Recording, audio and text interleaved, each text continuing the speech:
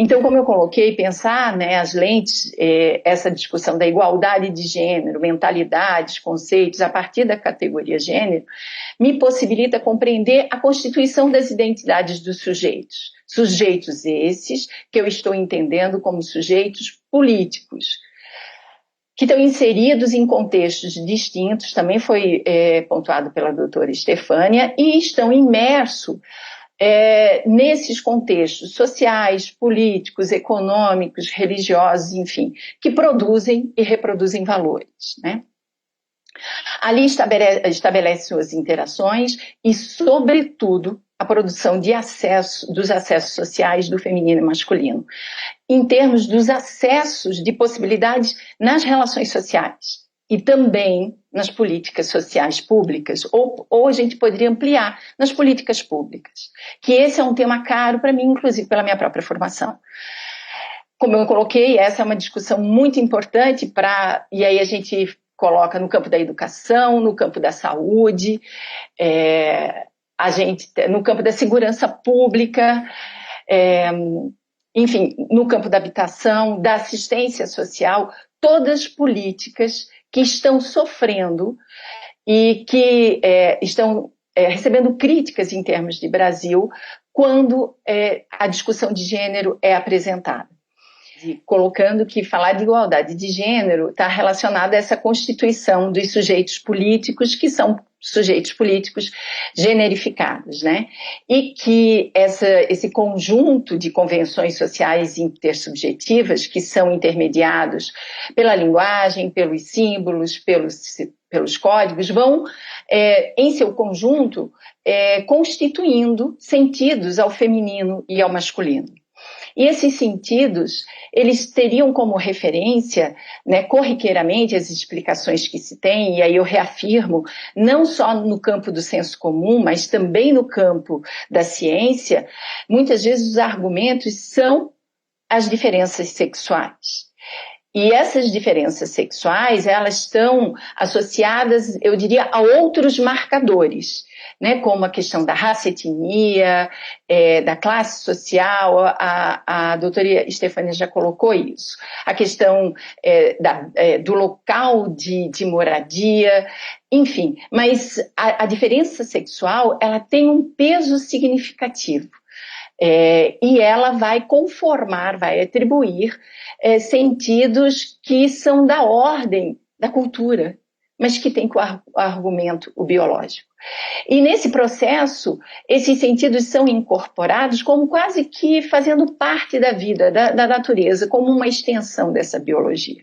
Mas o sexo, de fato, ele, pela sua biologia, ele polariza e parte o gênero humano em duas categorias distintas, a de macho e de fêmea. Essa binaridade, ela vai se apresentar nas relações sociais, em comportamentos, em atitudes morais, em julgamentos, em discriminações de toda a ordem. Essa binariedade é uma forma de controle social, na verdade, é uma forma de norma, de normatização, mas, em compensação, ela gera assimetrias e hierarquias, enfim.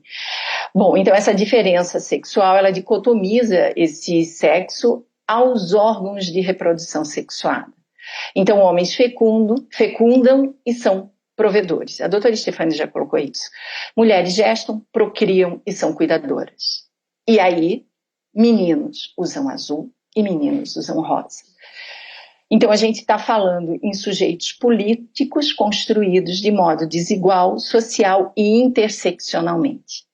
Não dá para desconsiderar a identidade de gênero associada da discussão de raça e etnia, e aqui eu demarco isso que é muito importante, inclusive pela realidade que nós estamos vivendo, em relação aos nossos povos originários, a questão da orientação sexual, então a gente está falando das manifestações das sexualidades, da escolaridade, do local de moradia, e vocês, a questão das imigrações, nós também temos isso, a questão do racismo estrutural, que a Lilia Schwartz também vai colocar, que se espraia por diferentes instituições da sociedade.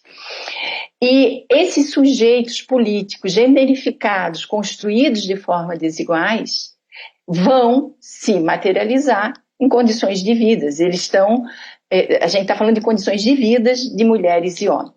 E aí, só trazendo um pouquinho também dos dados sociais, globalmente, há mais desemprego feminino do que o masculino, né? Isso é o relatório da ONU Mulher, de 2015 a 2016, que coloca que esse desemprego tem um recorte de gênero, mas também tem de raça. Mundialmente, em média, as mulheres recebem menos de 24% do que os homens, aumentando quando se trata de mulheres com filhos e de mulheres negras. As mulheres trabalham em média, a doutora Stefânia também trouxe a questão do tempo, 2,5 vezes em tarefas domésticas e trabalho mais do que os homens, e são trabalhos que não são remunerados. No Brasil, para a gente só trazer um pouco a nossa realidade, as mulheres ocupam menos cargos de poder e prestígio, e ainda são as principais responsáveis pela casa e pela família. E acredito que essa situação vai se intensificar cada vez mais, inclusive pelos ataques às políticas sociais públicas que nós estamos sofrendo. As mulheres aqui ocupam 10,5% das cadeiras na Câmara de Deputados. Isso são dados de 2017. E 16% no Senado Federal. Até a gestão Dilma Rousseff, as mulheres chegaram a ter 9 ministérios. No governo Temer, foi reduzido para um ministério, uma secretaria de status de ministério.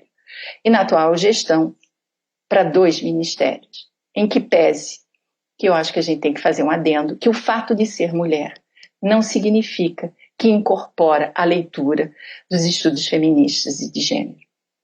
Porque somos seres políticos, sujeitos políticos, e as incorporações, as influências, e, enfim, são as mais diversas. Só para colocar que as 2 mulheres que estão no ministério atualmente não têm essa discussão. Pelo contrário, tem uma apologia à ideologia de gênero utilizada de forma equivocadamente. Só para trazer dados e avançar um pouco, dados de violência, a nossa taxa de feminicídio no Brasil é a 5ª maior do mundo. O número de assassinatos no país chega a 4,8 para cada 100 mil mulheres. Isso são dados da Organização Mundial de Saúde. As mulheres negras são ainda mais violentadas. Entre 2003 e 2013, houve um aumento de 54% no registro de mortes, passando de 1.864 casos para 2.875. E essas mortes quase sempre são perpetradas por familiares ou parceiros ou ex-parceiros. Obrigada.